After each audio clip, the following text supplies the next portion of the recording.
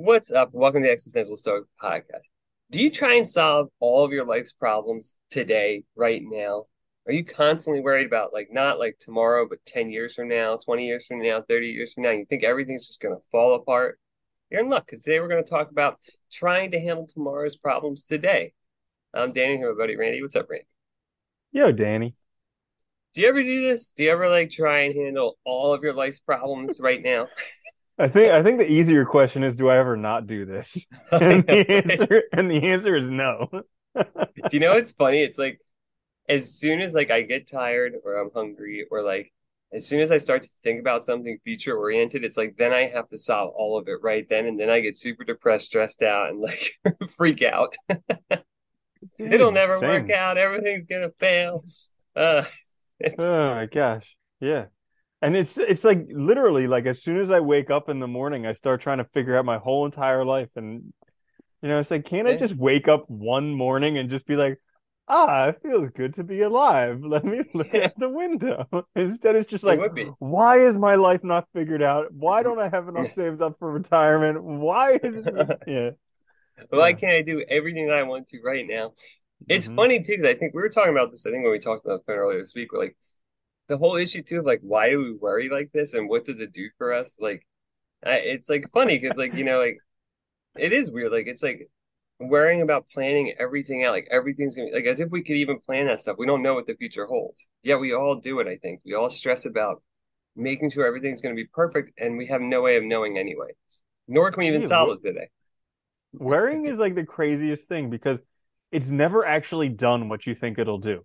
Like worry has this promise that if you suffer right now and worry, it'll solve your problems in the future. Just take a look back in your life. Has worrying ever actually done that? No, it's selling you a No, false bill of goods. And you just spend your whole day worrying, and then when the problem comes up, you still have to deal with it. I'm starting to think that either our emotions are counterproductive entirely, most of them, especially the negative ones, or I don't understand them at all. That's Yeah. those are my two thoughts. Yeah, I mean, it's gotta be because they're just so counterproductive. Like they Yeah. lead, like for instance, fear is something that should be like generally with fear, what you actually want is right on the other side of fear. So if Yeah. it was a helpful emotion, it would be something that drew you to it like a magnet, because it's like this is Yeah. where the life that you want is. Instead, it does the exact opposite. It like pushes you away. And like worrying, you know, if it actually worked, it would be something that helps you overcome your problems. But it doesn't. It does the Right. exact opposite. Yeah. I wonder if it's like because maybe like these emotions were keyed in or tuned for like really different types of experiences and we experience them for the wrong thing. Like for instance, like fear, like you think you see a snake, so you jump away, right? Which is a good thing. You should do that. But you shouldn't be afraid of success, right? Like those are two that's like a different type of thing. Like maybe we just like we direct it in the wrong way or something. I don't know if that makes sense. Mm-hmm. Same with worry. Like, like I think I mentioned, like I can imagine like worrying being a good motivating factor. Like if you were worried about the crops failing and not having enough food for, winter for your entire community, that's a good thing to worry about. That's a good thing to maybe motivate you to take care of the stuff, and get it done to make sure that you don't like you're not lazy about it. But like worrying about like stuff I can't do anything about now in the future is not very productive or helpful. Yeah, it's Mm-hmm. weird. Yeah, nowadays there's so many opportunities to worry about everything. Well, it's like, Everything. oh my God, it's like everything is just trying to make you worry, dude. You turn on anything, any media outlet, it's just they're just trying to like get you those emotions heightened so that you stay watching. And it's like so frustrating. Like it And the really is. crazy It's stuff, anger and worry. Yeah. yeah, and the crazy stuff that you're worrying about is stuff that you have absolutely zero influence over. So it's Oh like God. not Yeah. only is it something that you maybe worry about and then could have an impact on, it's stuff that you worry about and then have zero impact on. So what could make you feel like less capable than just these things Yeah. that you have zero impact on? Maybe that's it too, right? Is that we've been trained to worry about stuff that we have so little effective power over that it's just making you feel powerless. So then you feel like in the situation of just like endless worry, with no way to resolve it. That could be it Yeah, too. yeah. Yeah. So like there's that one day at a time thing that we talked about a while ago. And I believe there was a dude who he was pretty popular. I think he was a son of God or something. He talked about that as well. Your Did daily he? bread. Yeah, your daily bread. And but he talked about just taking it one day at a time. And yeah, it's kind of interesting because in this story, whether you believe the Bible or not, doesn't really matter. We're just talking about the stories here. But like in this story, when they were stuck out wandering the desert for 40 years, every day they were given manna from heaven. Okay. Yeah, So like this bread like stuff that formed on the ground, and they could eat it. And every day it appeared. But if they took more of it than just for a day, it would go bad. It would rot. And it's just yeah, like, maybe there's a life lesson in there. Like every day, has there ever been a day that you can't handle? Like there's been some days when it's been close. Like there were times when I thought I was going to borderline. pop. Yeah. Very, very close. But in the end, I always handled them and got through them. And it's just like, that's the best reminder of just how to approach life. Because it's like there's an Alcoholics Anonymous thing called One Day at a Time, or just for today. Look that up Yeah, on the internet, just for today, Alcoholics Anonymous.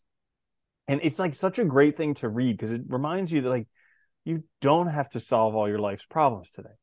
All you have to no. do is make it through today.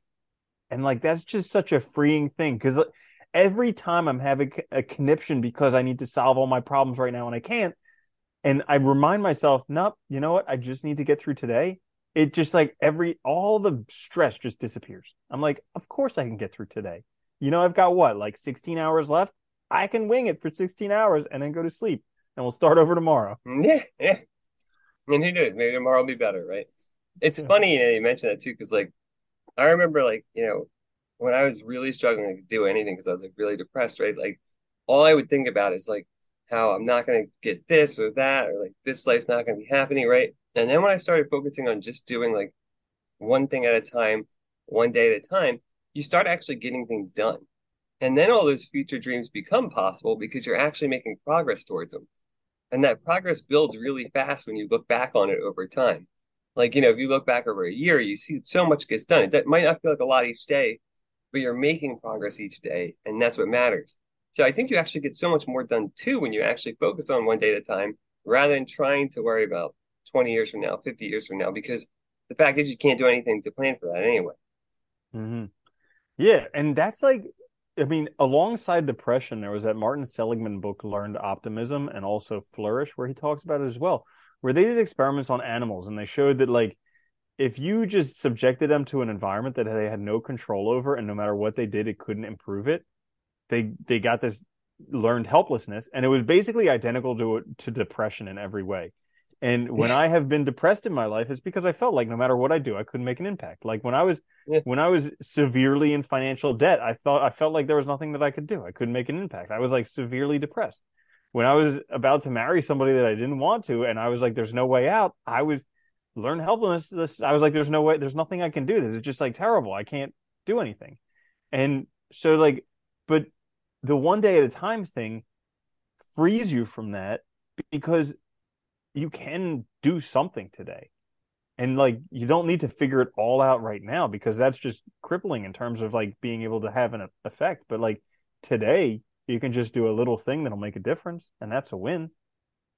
I think too is important about it too. It can make you sort of focus more on like what you actually have power over and what you can do now, and less about worrying about what society will think or others will think. Because I think that's a lot of times what happens. Like you mentioned the example of like marrying somebody you didn't want to, and that's a good example where like I think a lot of people fear that they're in a relationship they don't want to be in, but then they instead of worrying about like what's good for them, they worry about like what other people will think, what will happen in the future. You know, am I doing something? You start thinking about others instead of like what can I actually do now to address this problem that I'm facing.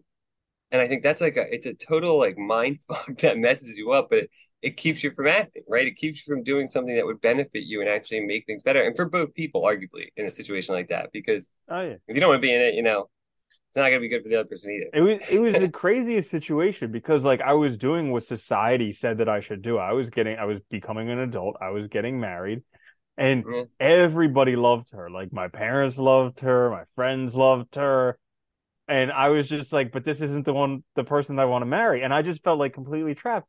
And then I was talking with my brother one day and he's like, dude, no matter what you do, I'm still gonna love you.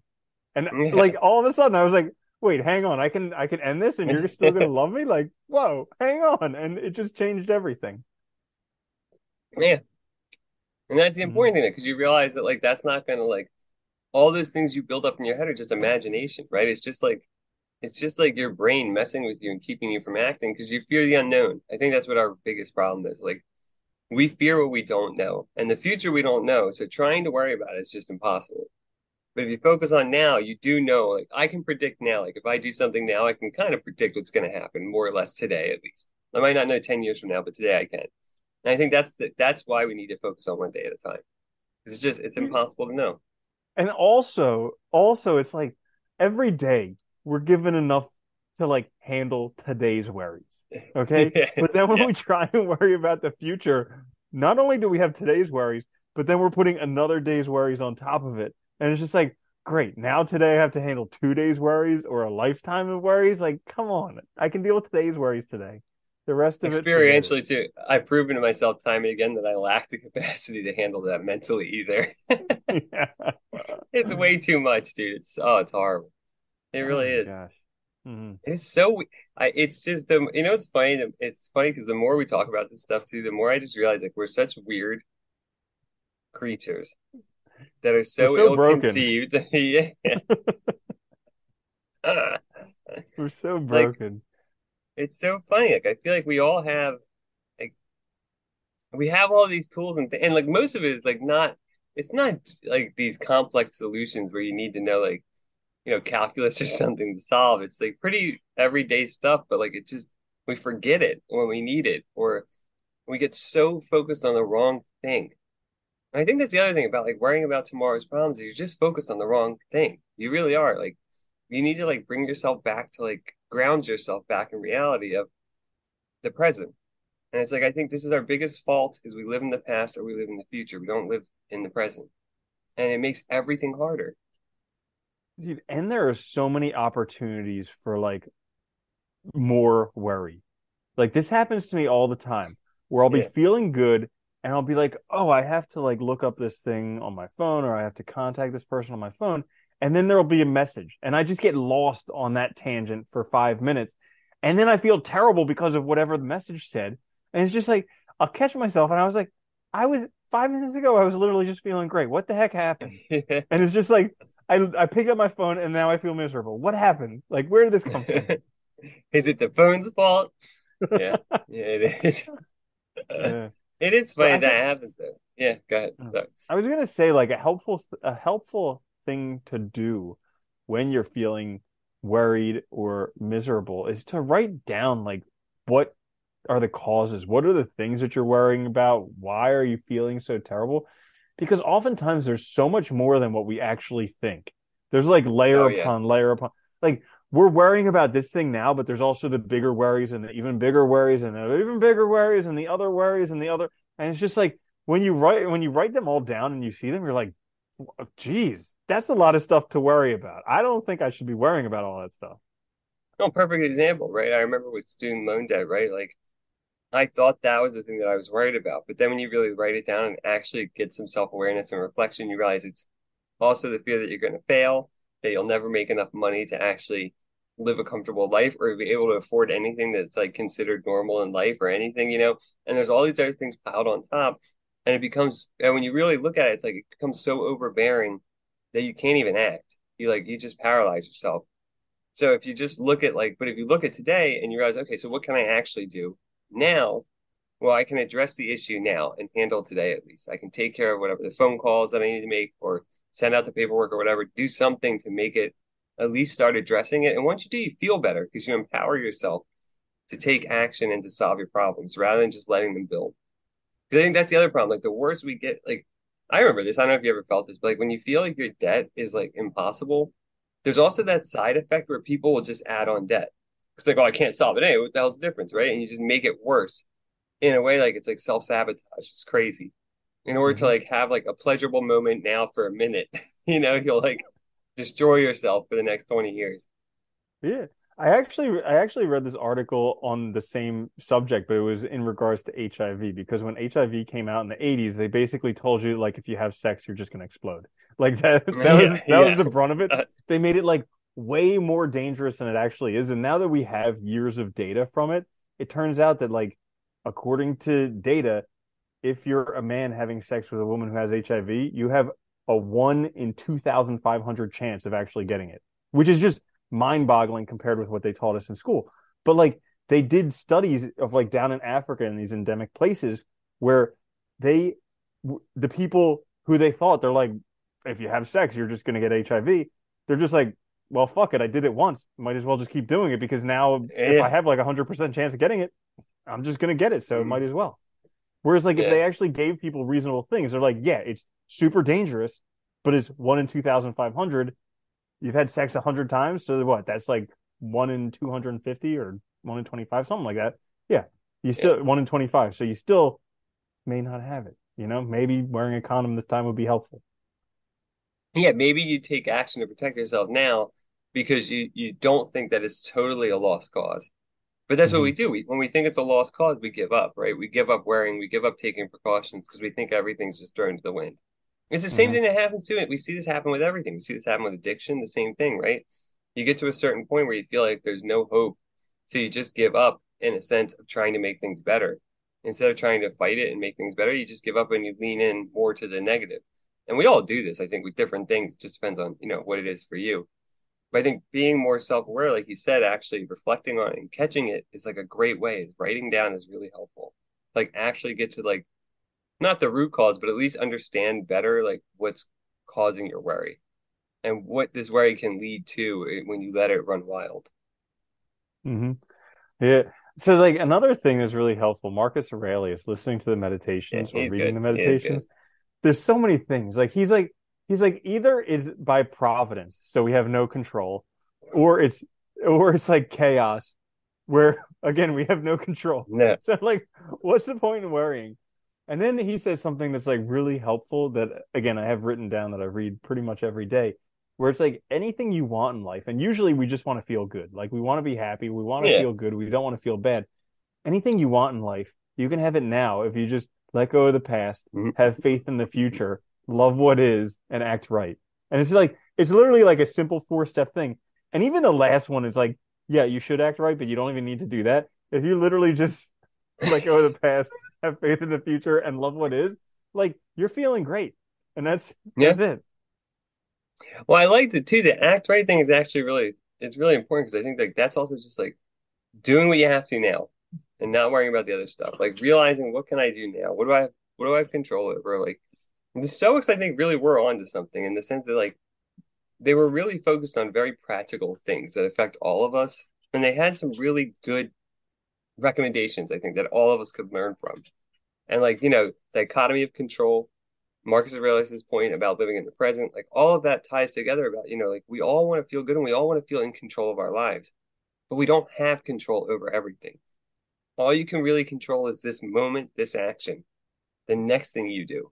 That's really it. You can't control the consequences. You can't control what other people do with how they respond. So you have to really think about it in those minimal terms, and then you can start making that progress that you want to make towards the future, I think. Yeah, and also the acting right is going to ensure that you're going to have the good feelings coming in the future because Yeah. acting right is doing the things that generally will provide you with those good feelings. Like I remember there was this guy that I used to hang out with and he started contemplating doing criminal things.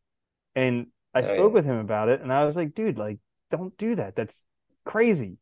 And Yeah. he was like, no, like I owe a lot of money. I need to do this. And, I was like, would you want someone to do that to you? And he's like, no, of course not. I'm like, would you want someone to do that to your family? He's like, no, of course not. And I'm like, so then why are you going to do it? He's like, because I wouldn't do it to my family or do it to myself. I'm just doing it to other people. And I was like, what makes them any different than you? He's like, I don't know them. And I'm like, dude, the only way that you can guarantee this is going to happen to you and to your family and to your loved ones is by you doing it. Because if you just Yeah. extrapolate that to everybody else is doing what you do, then it's going to happen to you and your family. But if you don't do it, if you stop it, then everybody else stops it. It doesn't happen to you and your family. But he was just like so set on. He's like, no, I would never do this to my loved ones, but I'm gonna do it. And it's just like because I don't know these people, and it's just like I was I told him I was like, okay, we can't be friends. Like this is the last time we ever see each other. Yeah. But it's just crazy. Dude, that kind of thinking too is funny because people always think that way. It's like, well, if you're doing it, you're giving everybody else a free pass to do it too, basically. And you're going to Yeah. interact probably with people that are doing it. So you have no Hmm. control over it. So yeah, it's insane. Hmm. Yeah. But that's looking for a quick way out because you're worrying about way too much rather than looking at what's present and what's now, right? Hmm. And you think your family's going to be happy with you when you do that stuff? Like it's nuts. Like No. it's funny. It's No. funny the way we try to address things though, but that's like when we get in those states of severe worry too, we act ridiculous because we start taking risks and doing things we wouldn't normally do just because we want to get out of a situation instead of really looking at like what the real problem is now and how can we address it. Yeah, So funny. there's that saying. There's that saying from somewhere in the Bible, like the thing I feared came upon me, and it's like literally when we fear something so bad, we almost inevitably do what produces that fear. Yeah, yeah. Like, we're our own worst enemy. Whoever designed us Always. was doing some crazy shit. Because like, Yeah. yeah, Dude, we get in our own way constantly all the time. It is actually kind of like it's comical in a cosmic sense, you know? It yeah, really is. Yeah. It's funny too. The other thing like when you do focus on the day, the one thing it's funny that like even the hard things feel good because you start getting these things out of the way and you have control over it. And like I think people really don't realize like how good it feels, even to do difficult things when you're choosing to do them and you do them. Like it just feels great getting it done. Like even mm, stuff you think is hard, like we imagine things are going to be so difficult. I'll use student loans as an example again. Like I used to think it was going to be so difficult to deal with them until once you start dealing with them, and then you realize, oh, it's one payment at a time. It's this. It's a calling them and making, addressing it so that I can afford it and stuff. And once you start taking, you feel great because that weight is just lifted off your shoulders. Like we all carry this weight of stress and worry about the future, and like if you start addressing it, you're not worried about that future anymore. That weight just lifts off you and you feel so much lighter and better. And you can focus on other worries. You can make more worries in your life, right? right. Yeah, you got room to make more worries. Yeah, You can change uh, careers at 40 and make way more worries. yeah, right. And it's a cold, dark night on this side of Everest, Yeah, and oh my goodness, always. It always yeah. is. That's actually like another thing in the just for today thing from AA, where they're like, just for today, I'm gonna do two things I don't want to do just for exercise, and Yeah, it makes so much sense because like you have to do them anyways, usually, but we try and put yeah, them off for so long, and they cause so much issues. And I like where it says like I'll do two things I don't want to do just for exercise, the just for exercise part, because that totally negates like the reliance on any outcome. If you're doing it just for exercise, it's like, well, F it. It doesn't matter. Like, let me just do it, get it out, and it's just for yeah. exercise, you know? And that just makes it so much the way that I read it just makes it so much easier to do because it's just like, you know No, I what? I think you're just got to reading the get in right. the reps. Yeah, you're reading it the right way too, because the idea is right that the exercises you're training yourself. It's just like habituation. So the more you do it, the more you exercise those muscles of taking control, taking action, rather than because I can speak from experience. The biggest thing with addiction too is like you have these problems, and instead of addressing them, you use them as an excuse to turn away, right? And instead of dealing with them, so if you just exercise those muscles of addressing them, you build those habits, and it gets easier. And you realize over time, it gets easier and easier to do it, and you feel better and better because the life you're living is more and more your own, rather than hiding from your problems, running away from them, stressing about them, or just like letting other people dictate what you're doing. It just feels good to Mm-hmm. live your own life. You can Mm-hmm. make any, I think you can make any life a good life. There's no requirement to have all this stuff and all this BS that we like to say that, people need because all those people aren't happy either. It's like you can make any Usually life a good life, I miserable. think. Yeah. It's just about defining what it is yourself, I think, and like, making it intentional. Hmm. Yeah, like another thing, I mean, you can Steve Harvey had this quote where he was saying you can mess your life completely up and you can get it back together again. You Yeah. know, that's like it's such every time I hear that, it boggles my mind because like I spend so much time and effort worrying, trying to figure it out, trying to have a perfect life. And it's just like, but it really doesn't matter because you can No. still mess it up completely and get it back together again. And like in the Tao Te Ching, it says like with the Tao, if you make a mistake, you're forgiven. And Yeah. if you go after something, you will get it. And it's just like it's that simple. Yeah. Like yeah. No, but it's true though, right? If you do go after something, you will get it. And if you make a mistake, like we get so caught, and again, it's like our imagination. We get so caught up in imagining that like no one will forgive us, that the world's going to turn against us, all this stuff that that we've done these things. But it's like if you start acting the correct way, everybody will forgive you. People pray, like things will get better because you're going to make it better. The only way it gets worse is if you don't do anything. It's like that old, like the only way you fail is if you never try. That's how you fail, is if you give Mm-hmm. up. That's really the only way. If you keep trying, you won't fail. You'll keep experiencing some progress and something to celebrate. Yeah.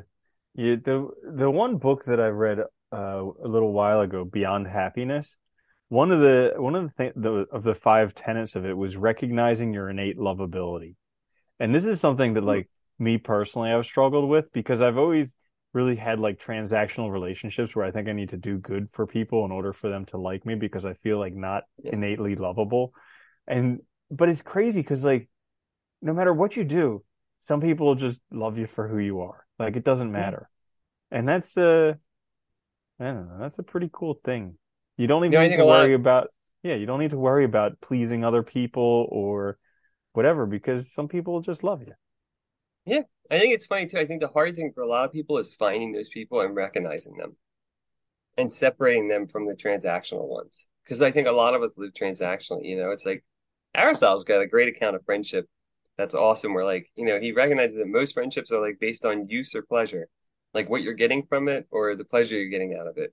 And only real perfect friendships are based on loving the person for who they are. And just like, that's it.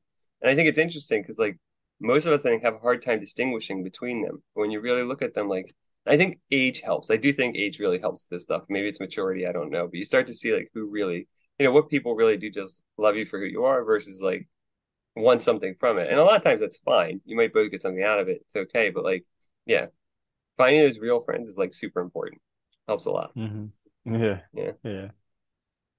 It Yeah. doesn't make going through the bad ones any easier though. No, no, it doesn't. Because you got it. I You're don't think like, that. damn it, I thought we were friends. What the hell happened? Yeah. Oh, it's Oh ridiculous. my gosh. But Yeah. they blow up spectacularly. Yeah. Uh They always do, don't they? yeah. Okay, so not this is an aside. Uh Yeah. not exactly I love talking about asides. tomorrow's problems today, but this weekend I watched the movie about Mr. Rogers, Beautiful Day in the Neighborhood. And Great movie. I felt like the movie was talking to me like crazy because he starts the beginning of the movie talking a story about another guy who's like having trouble forgiving someone who hurt him. And he says that like forgiveness is a decision that we make to release the anger we have against someone. And oftentimes it's hardest to forgive those people that we love. And like this was just crazy because I was like, okay, wow, pretty apropos right now. But it's just like, we get when relationships don't work, it can just be like so frustrating because it seems like it should work, you know?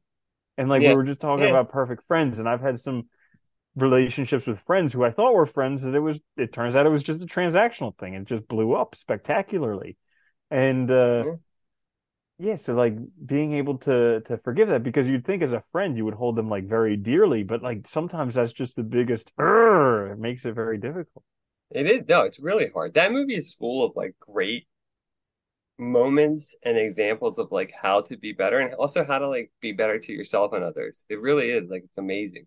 The way he Hmm. talked to kids too was like just mind blowing. Because I used to watch Mr. Rogers when I was little, and I didn't really realize all of it. I guess looking back, you realize more like as an adult, like what he was doing.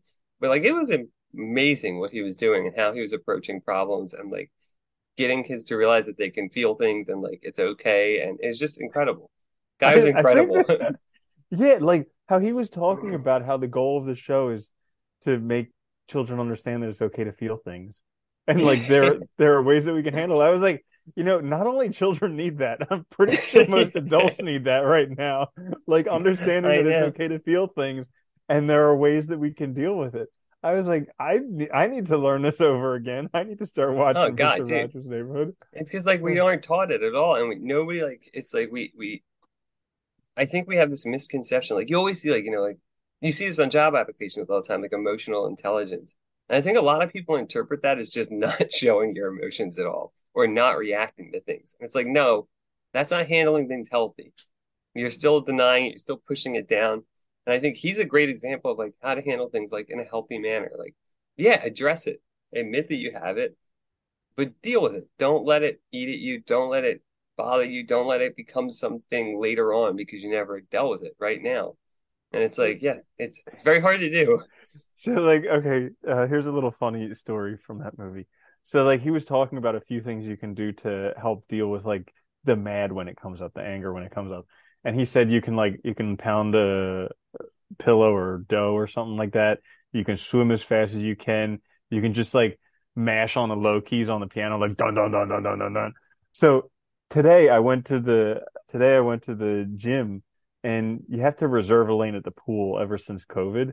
And so I reserved the lane and there was someone else swimming in my lane and I was pissed.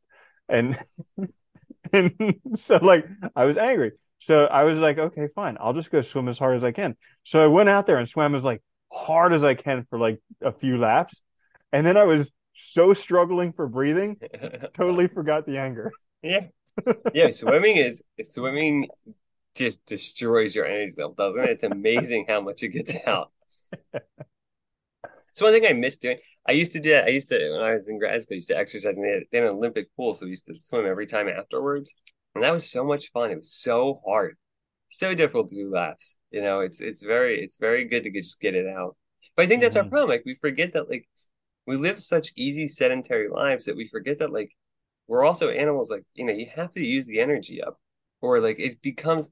Nietzsche had this idea that like all of our drives that aren't realized, they get directed elsewhere because they have to be used. Like that energy has to be used. So if you don't use your like say physical energy, it's going to get turned inwards on you. Maybe it'll get like maybe it becomes like anger, or maybe it becomes like depression or something, whatever. But like you need to give like a healthy outlet to all of these drives. Otherwise, that energy is going to go somewhere, right? And like I think like the physical side of it, like you have to use it. Like it's funny, I watch my dogs and like if it's like raining out and they're sleeping all day, like you'll let them out and then they just go crazy for like 5 minutes because they have to get that. It's like they have to use up that energy. And it's like such a good example of like what we should be doing, right? Like running around, exercising, doing something to get some of that like pent up energy out of us so we don't like doesn't hurt us later. Well, Yeah. that actually is a good point because like we're talking about for Mr. Rogers like dealing with feelings. Well, worrying is kind of a feeling that we get because I mean, sure, it's like it's a thinking type process, but you do it long enough and it causes feelings in your body. And learning how to deal effectively with that. Like I know when I was the past few weeks when I was worrying a lot, I was doing everything that I could to get rid of the energy. I was exercising extra, going to the gym like 2 times a day. I was doing these shaking exercises. I was doing Wim Hof breathing exercises. I was walking in nature. I was doing like everything to get this energy out because I knew it wasn't like historically I would have just sat in bed and like poor me all Yeah. day. And it But just I was gets like, worse that's and not, worse yeah, and oh my worse. Yeah. gosh. Yeah. Yeah. Hmm. And then it ends up screwing up like a week because that ends up building on itself, right? And you have like all this energy becomes directed against you instead of just getting rid of it. Yeah, And, it's amazing how well it and works. dude, and like the craziest thing was like, it would be time to go to the gym for a class. And I would be like, I don't want to do it. I don't feel like doing it. I feel bad right now. I don't feel Yeah, like doing it. And then I would go and do it because I'm like, you know what? I'm going to feel shitty for the next hour anyways. I might as well yeah. go do it in a class where it'll help get some of this energy out instead of just sitting in my apartment like ruminating on it. Going crazy, right? Yeah. Yeah. It's Hmm. funny. That was some of my best exercises was whenever I felt really bad and made myself go. Because like midway through, I would always realize that like I wasn't worried about it anymore. I was just focused on Hmm. like, and you start to feel better a little bit. Not always Hmm. 100%, but at least it gets rid of some of it and it helps. Hmm. But I think that Yeah. it's funny. It's like it's that's it. It's like looking at today, doing what you can today, and focusing on the little things that you can do to just deal with it in a healthy way, process things. Because I think that's It one of the things is we fail at, all fail at miserably, dude. It's like how to process things correctly. it is good to have a reminder like just for today somewhere so that you or Yeah, so that you can remember because it's not the thing that comes naturally. Like the thing that comes no, naturally is we need to figure our whole life out. Why are we not an Instagram influencer? Why are people not liking my posts? Why am I not a millionaire CEO driving this car with a trophy spouse? And those are the things that come naturally, not like, you know yeah. what? I just gotta get through today. That's it. Well, it's funny. We have all these like sayings, like like the journey. Any journey of 10,000 miles starts with like one step, or like there's others that I can't remember right now. But like we Mm-hmm. have all these sayings about putting one foot in front of the other, Mm. taking one thing at a time, and instead we look at the end always. Mm-hmm. And all you gotta do is just this one day. Lay this one brick. That's Yeah, it. that's it. There Yeah. you go. But Will Smith yeah. example. Mm-hmm. Bingo. I never thought that example would have such a big impact on my life, but it's crazy how much it does. Because you ever just focus on doing this one thing. What I like about it too? It's a really easy example to imagine because everybody knows what physical labor is like, and it's laying bricks. So literally, there is one piece each. You know what I mean? It's a very easy Hmm. thing to imagine in my head. You have this Yeah. long wall. You know, you got Yeah. to do one thing at a time. And it's crazy because as you're doing it, as you're laying brick after brick, you're like, this is never gonna get done. Like, Yeah, I mean, how many bricks go into a house or a wall? It's like a lot. I'm And sorry, in a the lot. middle Yeah, of it, yeah, in the middle of it, you feel like you're doing nothing, but then you look back after a while and you're just like, holy cow. we might finish this. Yeah. Yeah. That's a good way. I think this is like also what holds people back too when they have dreams that they just think they'll never happen. Like, because they don't realize, like, if you just cut an hour out of your night of watching TV and direct it towards, like, maybe learning that thing that'll help you get there, yeah, it doesn't feel like a lot at first because it's like an hour.